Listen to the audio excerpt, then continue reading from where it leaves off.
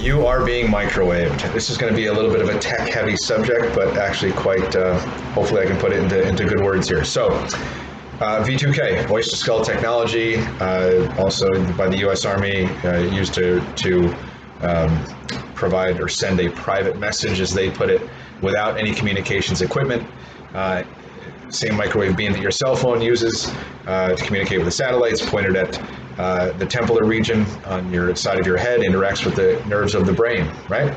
That's how the technology works. Very, very simple, been around for a very long time. Remember, the first people to experience this were actually accidental. They were soldiers during World War II, sailors, excuse me, cleaning radar equipment.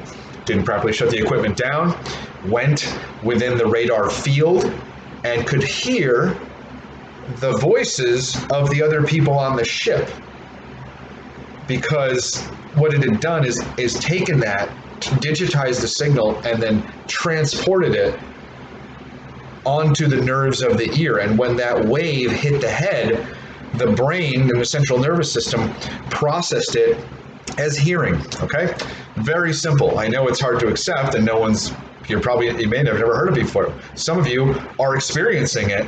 And that's going to be a pretty challenging thing to go through. As the U.S. Army said, it would be psychologically devastating if someone that was unaware of the technology suddenly heard voices in their head.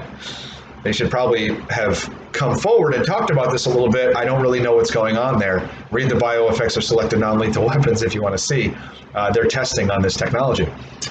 The point of the video here is to talk about how that technology is delivered. Of course, a message is typed into a computer, and the computer turns it into an electronic signal, and sends it to the personnel that is going to receive the message. Well, you can use this technology to make a deep fake of someone's voice, right?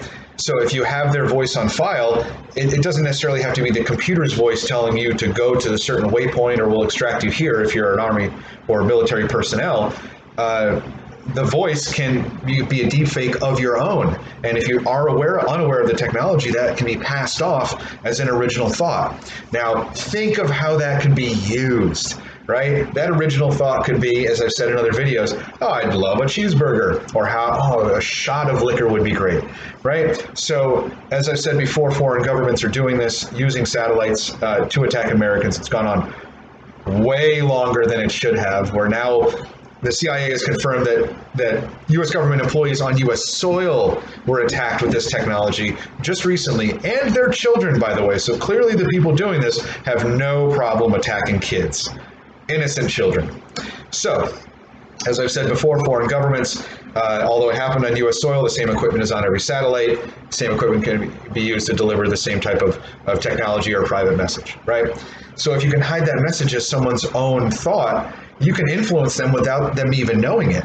You can influence them to make them want to think that they, want some food or want some liquor, anything that could hurt them, right? Because if you're an enemy of the United States, you want to hurt our citizens. What do? You want to kill them, but you can't just kill them because that'd be obvious. You want to cause their death without anybody knowing it. Understand? Every American has experienced this. They just didn't know it.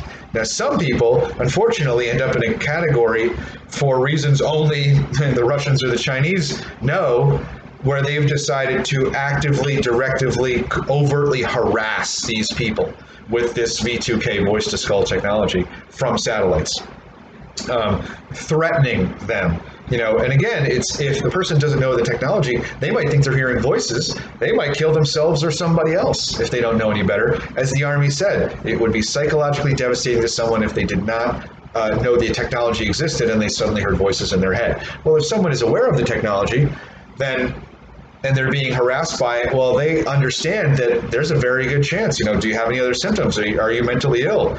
Mentally illness is not just hearing voices. So you could sort of exclude a lot of things, right? If the person is otherwise healthy and happy and functional, then that's a red flag that might just be V2K from a satellite. Don't believe what I'm saying? Read all the links in the description. This is not my opinion. This is scientific fact. Decades old, verified scientific fact by people of all disciplines, medical and different scientists and militaries around the world. Everybody knows it. Now back to the way it could work. You can use it to influence people and harm them. You can also use it to influence their lives. If they see it as original thought, you could sort of steer them into a bad business decision. You could, make them, think like, oh, gee, I wonder if my spouse is faithful or something like that. You could sow doubt, fear, misinformation. You could run a psy-ops campaign, which militaries love to do, using private messages that they think are their own thoughts. You could derail their lives in multiple ways. And as I've said before, every American has experienced this. Well, look around you in the United States. People are, unfortunately, overweight, sick with chronic illness. Now, just basic exposure to that beam causes fatigue, insomnia, anxiety, and depression comfortably. But there are more nuanced ways to use it to hurt people in ways that they didn't even know that they were being hurt. You understand what I'm saying? Look at all the things that have changed in our society. The marriage rate has come down. We are now a single majority. More people are single than married for the first time in history, recorded history in the US. What's the benefit of that? When you live together in a house, you are splitting your bills, you're sharing responsibilities. When you split up, all of a sudden, you have to pay more to live, right? You're paying the bills all by yourself. Anybody knows that. It's cheaper to live with a roommate, and if that roommate is your spouse, then you're saving money.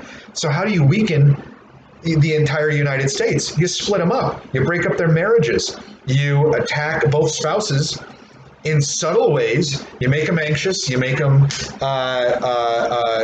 depressed. You make them tired. You make them fatigued. You make it harder for them to maintain their relationships.